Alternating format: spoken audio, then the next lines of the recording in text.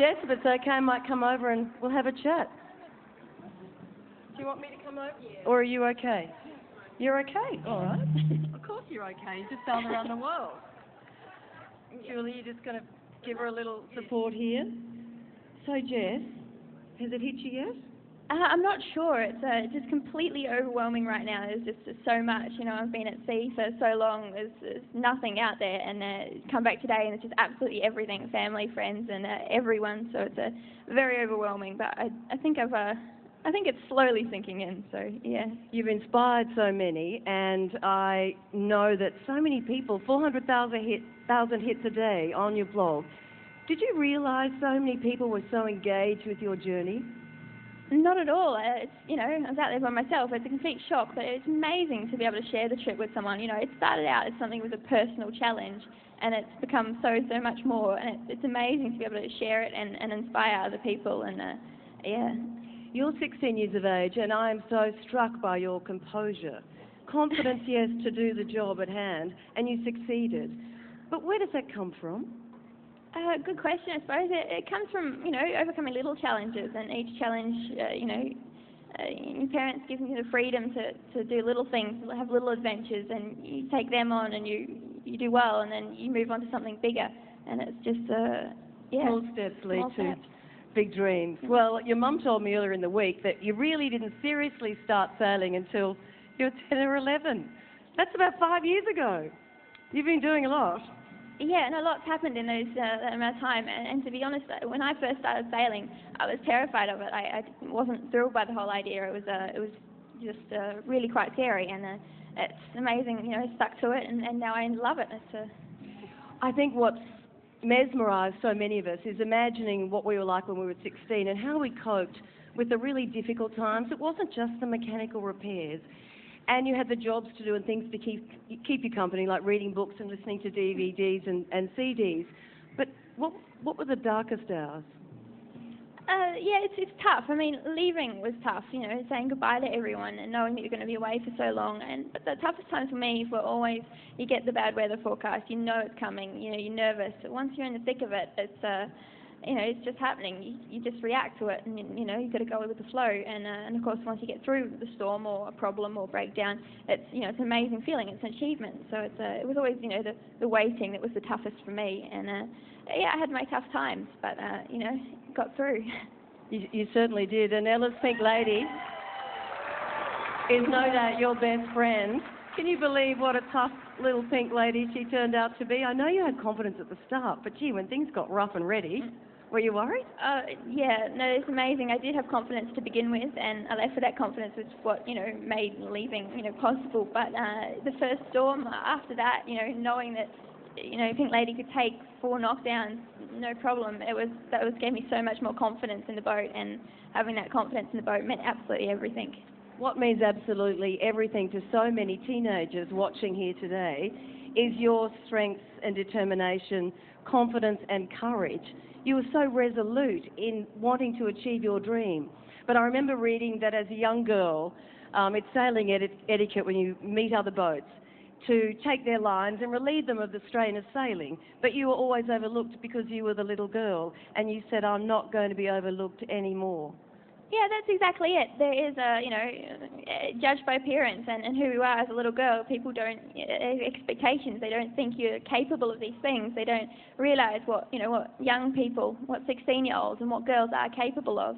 And it is amazing that when you take away those expectations, what you can do and what you can achieve. Is that a message to teenagers or parents? That's a bit of both. I mean, look, we can behave how you want us to if you treat us, with respect, and we're given the freedom to achieve things and to explore. No, I know along the journey you had lots of friends, and of course those that logged in and you chatted to Mum and Dad and your very support team. But also there was the odd skipper of the Queen Mary too, just sort of chatted to on the high seas. What did those big cargo ships say when here's this 16-year-old squeaky voice, so much more mature now, Jess, of course, in a pink bobbing boat, think of you, and how did they react when you logged in and said, hey guys, just steer clear, I'm on my way to Sydney. I know I'm on the other side of the world. Yeah, no, it's interesting actually talking to various, not just the Queen Mary 2, which is obviously, really great to talk to the skipper of the Queen Mary 2, but, the container ships I came across, I think they must have got, completely shocked when they hear my voice come across the radio asking them to change course for me. And, and they did, of course. And yes, you talk them into it or shock them into it, and they would. You've done that to all of us. Now, look, your loved ones are here, but there's some loved ones you really, I know, want to send a special message to. Your grandparents, Tom and Billy, in Christchurch, and they're watching now, so what would you like to say to them? They so wish they could be here, but they just couldn't make it. Yeah, well, I wish you could be here too, guys, and, thinking of you, and I'm sure you're here in spirit, so, that means everything. How hard was it to walk off Ellas Pink Lady today? I know you need a break, but you're not going to see her for a while. No, that was tough. I'm not sure. As much as I wanted that hug from Mum and Dad and everyone, I also, Ellas Pink Lady has been, my home, but so much more than that for so long. And stepping off, it just seems like the strangest thing to do because obviously I've spent the last nearly 7 months doing everything I can to stay on board. It was your anchor. Sorry? It was your anchor. She was. Yeah. And a lot more than that, yeah. Yeah, no, your family were hugging you all the way up this pink carpet. But Tom was propping you up, and we've heard along the way, Tom, you had secret little messages on food parcels. And can I ask you, how disciplined are you? Every 2 weeks you had to open a new bag, and all the best bits you ate first, but you waited every step of the way for 210 days. Or were you telling us porky pies on that vlogger? No, I did. Most of the way around I was very disciplined, and but towards the end there it got a bit too tough, a bit too tempting. Can you reveal any of the messages from Tom? There were some good ones. I can't really remember. It might be best to quote some of Tom's jokes. But they always, they were always amazing because it's just a little reminder of home and a little pick-me-up. So it was just something little like that, having everyone scribble all over my food packets was amazing. Now, I got interrupted trying to follow your voyage in because there was so much interference. Everyone was cramming the foreshore. But I'm told you did ask for some special food to be brought on board, smuggled on board. Is that the case? And what were you craving the most?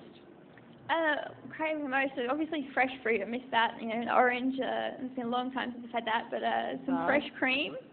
And something spicy. Unmelted chocolate and something spicy, and obviously a salad to go with it. So, yeah. Some little birdie told me there might have been a chicken burrito in there. Yeah, along those lines. Along those lines. What I was craving. Okay, Jess. Well, look, the world's media is waiting to get a piece of you and to talk to you and share with you the most epic journey. And as such a young girl, you've done us proud. You've raised the bar for all of us. And we only wish you the very best. For the next year or so, it's going to be incredible. I said to you this morning, you're at 17 nautical miles offshore, and I said, just soak it up and smile. Don't be overwhelmed, because this is your day. It's all about you. The Prime Minister was right. I know you're the type of girl that set your goal, and the next goal is to get the driver's licence. We do have 10 driving lessons for you whenever you're ready. But first and foremost, you've got to catch your breath. You need more hugs from Mum and Dad and the family. Yeah. You need a long walk on the beach. A long walk on the beach, and of course a couple of sleep-ins, I think. Yeah. So as we say farewell to Jessica for now, I think everyone, we need to let her know how she has inspired us all. Give her a final cheer for this moment.